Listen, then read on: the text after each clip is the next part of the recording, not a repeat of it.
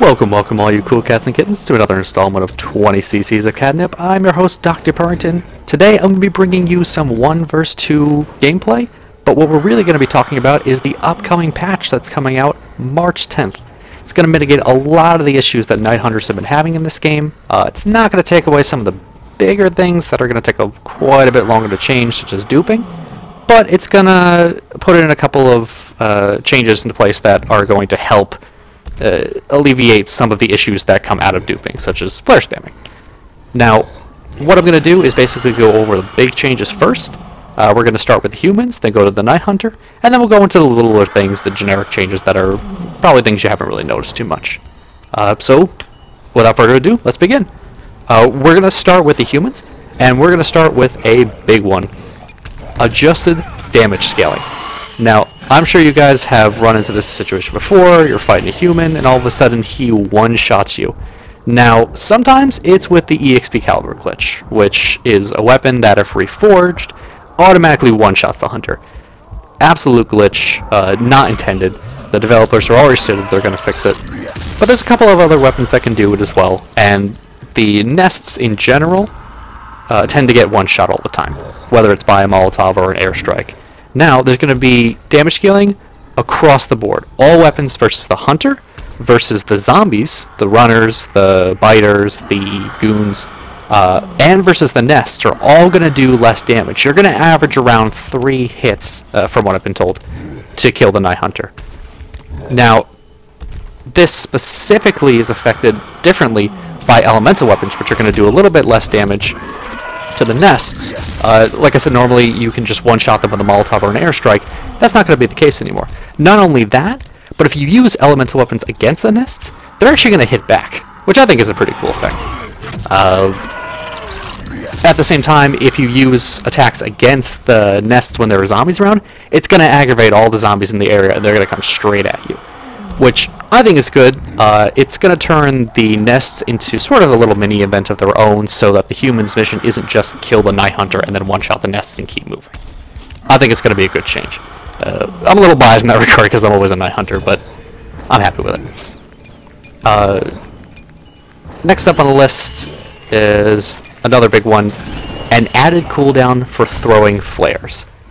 Now, if you've ever played this game as the Night Hunter, you know flares are kind of a big issue. And one of the main things that people have a problem with is duped inventories in which people can just toss infinite flares. Now, there's going to be a big cooldown, so you can't just be tossing, say, a train of flares from one nest to the other, allowing you to effectively avoid the Night Hunter throughout the entire match. There are ways to counter it, but it doesn't make for a fun match. The good thing is, this is going to affect all types of flares. So no flares, no Zades flares, and most importantly, no airstrikes. No more airstrike chains going from one nest to the other. I think that's wonderful.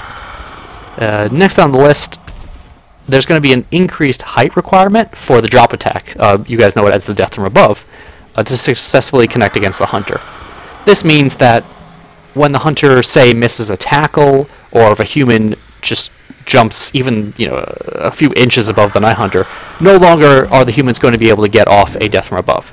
This increases the effectiveness, I can't speak, of tackle, because it's going to stop it from being, an insta-kill if you mess it up, but it's also going to help against instances where humans can just kind of lock on immediately at any height and automatically one-shot the hunter. A lot of these changes are basically to prevent humans from abusing these kind of, I wouldn't say exploits, but glitches, to take out the hunter and give themselves a straight run to the nests. A couple of little ones. They fix an issue with the humans not receiving proper fall damage from the hunter's tackle. Occasionally, you'll tackle a guy, he'll fly about 50 feet into the air and then land on the ground about 200 feet down, and he won't take any damage. That's no fun. Now they're going to be fixing that, so it'll take proper fall damage. Humans are going to get a couple of boosts, though, which is going to be nice. Now they'll get a little more EXP, based on whatever their survival level is when they finish a BtZ match. And they'll actually get a chance to win high-quality weapons whenever they kill the nests. So a little more incentive for them to play as well. At the beginning of each match, the pop-up is going to give humans and Night Hunters a little video understanding of the match, and it's going to let us see what our levels are. So you'll know not only how to play the match effectively, but you'll also be able to understand what the skill level of your opponent is right at the beginning of the match. Now we're going to dip into some of the Night Hunter changes. As much as I hate to admit it, there are a couple of exploits on the Night Hunter side, and they are getting fixed, which I'm happy about. You'll never really see them in my videos, which I'm proud to say, but it's a good thing that they're getting removed anyway, because you don't want exploits on either side of the spectrum. One of those is the UV block cancel, which is when hunters can effectively ground pound, and if they miss, they can use the UV block to pop themselves out of the animation. Then not only are they protected from UV light, but they also kind of glitch themselves out. It's not a really interesting image from the human's point of view, so it's a good thing that it's being removed.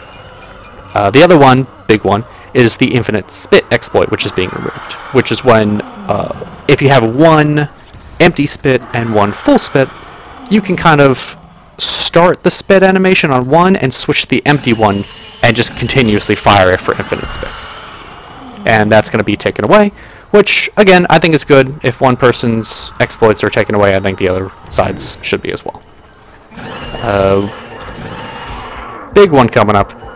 The one I'm most excited about, and I'm sure anybody who's played this mode is going to be excited about as well, improved matchmaking. And that means, hopefully, that we're not going to have to wait 20 minutes to get into a single match and beat the zombie. More people might show up on the server list, hopefully. Not reported, but hopefully Xbox users will get a server list so that they can pick and choose their matches instead of sitting in the beat a zombie tutorial mode for 20 minutes. But regardless, we're supposed to have better matchmaking, better connections, overall a better experience for getting into the matches and continuing to play this mode, which honestly I think is perfect. A couple of little things. Sometimes hunters were spawning inside safe houses. That sucks. They're going to be fixing that. And a couple of instances where night hunters would be able to kind of clip through solid objects when they're pouncing. They're going to prevent that as well, or at least fix the animation so it looks like they're going around them. That's about it for the big ones. A couple of general fixes that are coming up. Cases where the hunter's death is reported to the humans, but he doesn't actually die, which can be a little confusing. Issues where invasions happen during GRE phone calls, which can freeze either the night hunter or the humans, making for a not very fun match. And kind of a big one, rank titles that are going to be shown for both the humans and night hunters. Now, if you played the game, you already know that night hunters have the walker and the runner title, and I'm not sure if it's glitched or not, or if it's just really hard to keep going up, but now they're going to have 11 ranks in all, which are going to allow the hunters to kind of rank up as they win matches and rank down as they lose matches. Kind of similar to how Halo does it. You're going to go probably, runner, biter, volatile, something like that. Maybe night hunter would be the final one. Although we're already night hunters, so whatevs. And that's about it, guys. Those are some of the big changes that are coming. I, for one, am very excited. It's coming March 10th, and I do hope you enjoyed the video. I hope this was informative. Hope to see you guys after March 10th. As always, entertaining you is my EXPcalibur. Have a good night, cats and kittens.